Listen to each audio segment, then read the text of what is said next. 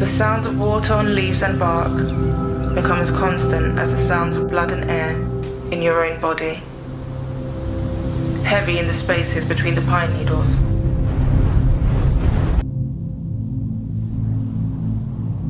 In the wind and rain, the valves of her heart flicker.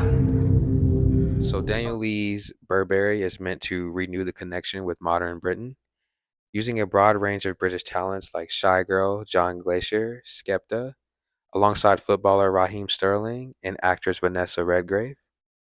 So to start, we're going to go through the Autumn Winter 23 show. Daniel used the reference of the British outdoorsman for this show, and this was really to highlight and pay homage to the Britishness of the brand.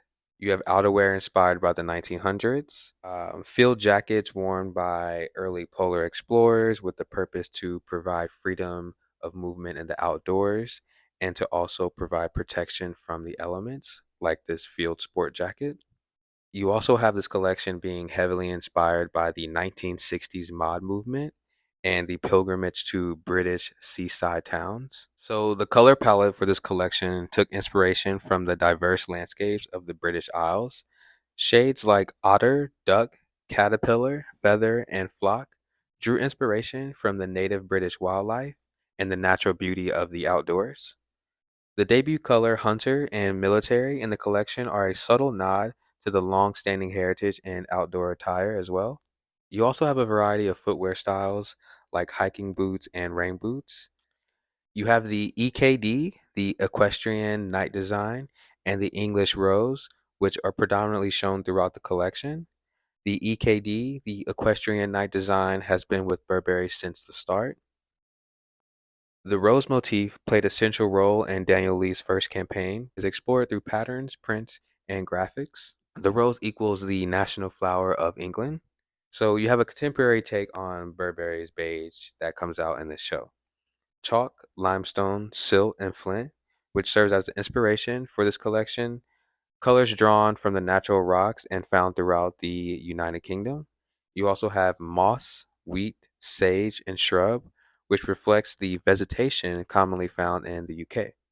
So Daniel spent a lot of time pulling from the archives for this debut collection, from collars to zip detailing. These came from a lot of older pieces like car coats. You also have zip pockets and openings found on jackets, pants, and coats, referencing 1920 ski suits and flying suits that were popular at the time. So for this show, Daniel Lee has taken the check and expanded its identity, giving it a more modern look by cutting it on the bias, kind of taking it and putting it diagonally. Seen on knitwear with matching tones, which really reminds me of Vivian Westwood. You slow? Huh? What?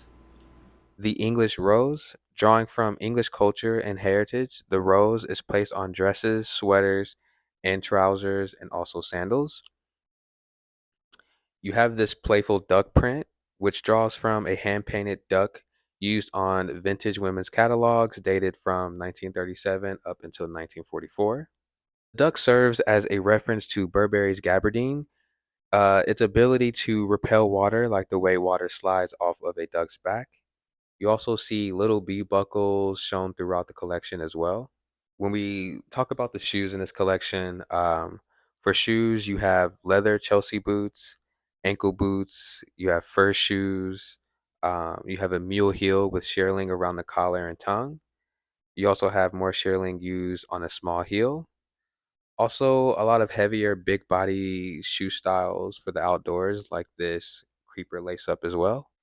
And for the bags, we have a horse dog clip inspired by the equestrian knight, which highlights the house codes in a functional way. There's some key styling themes as well. You have tonal checks, which reminds me of Vivian Westwood. You have dresses with boots. You have this theme of stacking bags, which allows a playful way to accessorize. You have jewelry with jersey wear for a youthful punk look. You also see a lot of pattern clashing. So, for the styling details, you have tights that are worn with skirts and dresses. You have pants that are baggy with neat loose breaks. And my favorite, finally, you have the outerwear. The outerwear this season is very oversized, which has a softly tailored and relaxed silhouette that has a sense of fluidity that allows you to seamlessly go from day to day to evening wear. Stepping to the island's beat,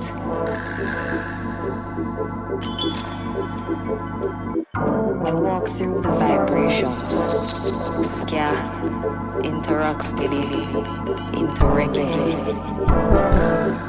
The offbeats and rhythmic patterns of my growth synced to the emerging sound of dub, where I was lost and then found. So we continue with the Spring Summer 24 collection. The focus is on the outdoors again. You have neat, narrow, and low waisted silhouettes reminiscent of the 1920s.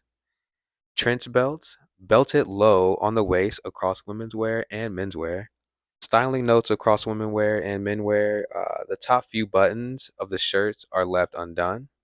Shirt cuffs left open. Low waisted pants across women's wear and men's wear. And you have dresses with zips open to create deconstructed effect and show layers. So you also have pants with drawstrings tied and pulled to show the top of the belt. You have the last button left undone, and shirts can also be half tucked. So the check continues across this collection with new iterations through tactile prints, weaves, and knitwear. Daniel Lee has continued the diagonal check as well. The EKD, Equestrian Night Design, is also present now as a house code staple. So you have key colors for autumn winter 23 and spring summer 24. And these are established Burberry shades now. It's the Night, Ivy, and the Pillar. Night would be blue, Ivy would be green, and the Pillar would be like a red. And these are accompanied by more refined, earthy tones throughout. You see a heavy floral representation in this show. The Poppy Garden and the Daisy Garden, both reproduced as prints and embroidery. The Poppy Garden is what you would see more in the British wildlife, and the Daisy Garden represents what you would see in your everyday British garden. We also see strawberries in the signature night blue. It's playfully British. You see English gardens. You see cool iridescent fabrics inspired by the 30s and 40s, and overall very uniform inspired. We see summer fruits like strawberries, cherries, pears, which represents the summer fruits in the UK. This was taken from a series in the 1990s called the Orchard Collection. You have changeant fabric from the 30s and 40s. This iridescent fabric debuted in the early 20th century. Burberry created suncloth and then sunshade suiting, which was designed to refract the sun's rays and be non-heat conductive, helping to keep the wearer cool. The design team also referenced swatches of 1930s tropical gabardine, which have an iridescent finish, and archived 1940s iridescent trench coats, which pays homage to the functional origins of the brand. So, to speak on the business side a little bit of Burberry, obviously it's been going through kind of a tough time right now, a little bit of a rush patch for a while. Um, while Burberry's long plan has to become sort of a British Gucci, the brand has been losing market share to Kering and LVMH for years. Even during the golden era of retail, when everyone had their stimulus money, um, sales were down, but LVMH sales were up for like 51%. Burberry is really counting on Daniel Lee to bring a fresh energy and buzz like he did at Bottega.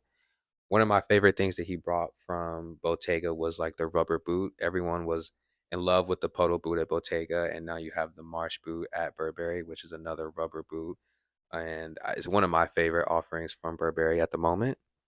Um, Daniel Lee is meant to make Burberry a cooler, more desirable name while leveraging its national identity to stand out in this crowded market. I think there is a few issues with Burberry as well. I think the price points that Daniel Lee's looks require is an issue, and it's really going to be telling if Daniel Lee can adapt his vision to the label's current reality.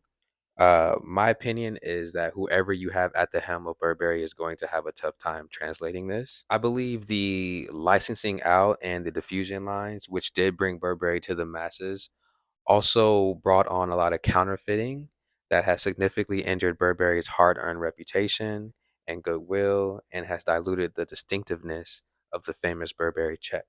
Even with Burberry having Daniel Lee put the check on the bias and have all these new colors, it it doesn't give off the same vibe as the traditional beige check, and some people will still think that it's counterfeit even though it's a new Daniel Lee's version of the check.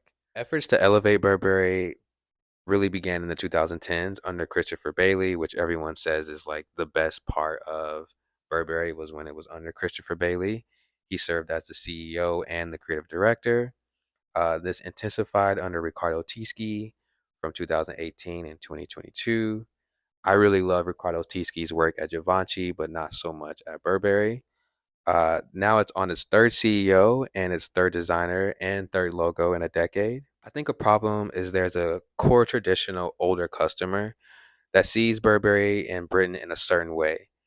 Daniel Lee's fashion forward niche vision has little to do with how that customer sees Burberry, and the younger, more fashion forward customer will spend that price point on literally anything else. I think it's easier for someone to spend this price point at a Louis Vuitton or a Gucci and then walk out the store knowing that people will perceive them a certain way for that price point rather than invest in Burberry and it not be really perceived in a way that they want to be. I personally would love to see Bianca Saunders at the helm of Burberry. Her British Jamaican roots would be exciting to see how it would translate at Burberry.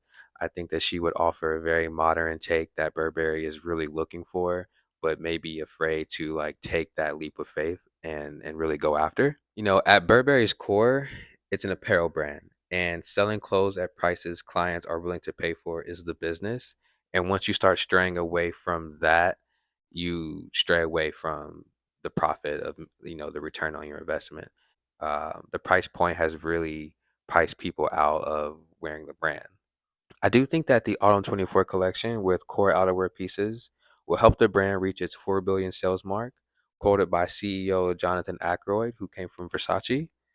I think only time will tell, and I do feel that slowly people will warm up to Daniel Lee and his new vision at Burberry. It's just going to take time. We'll just have to wait and see. Like I said, I would love to see Bianca Saunders there, maybe Martine Rose, but who knows? My name is Dariusdevonking. Thank you for watching this video. Please like and subscribe. Please share it, and I will see you on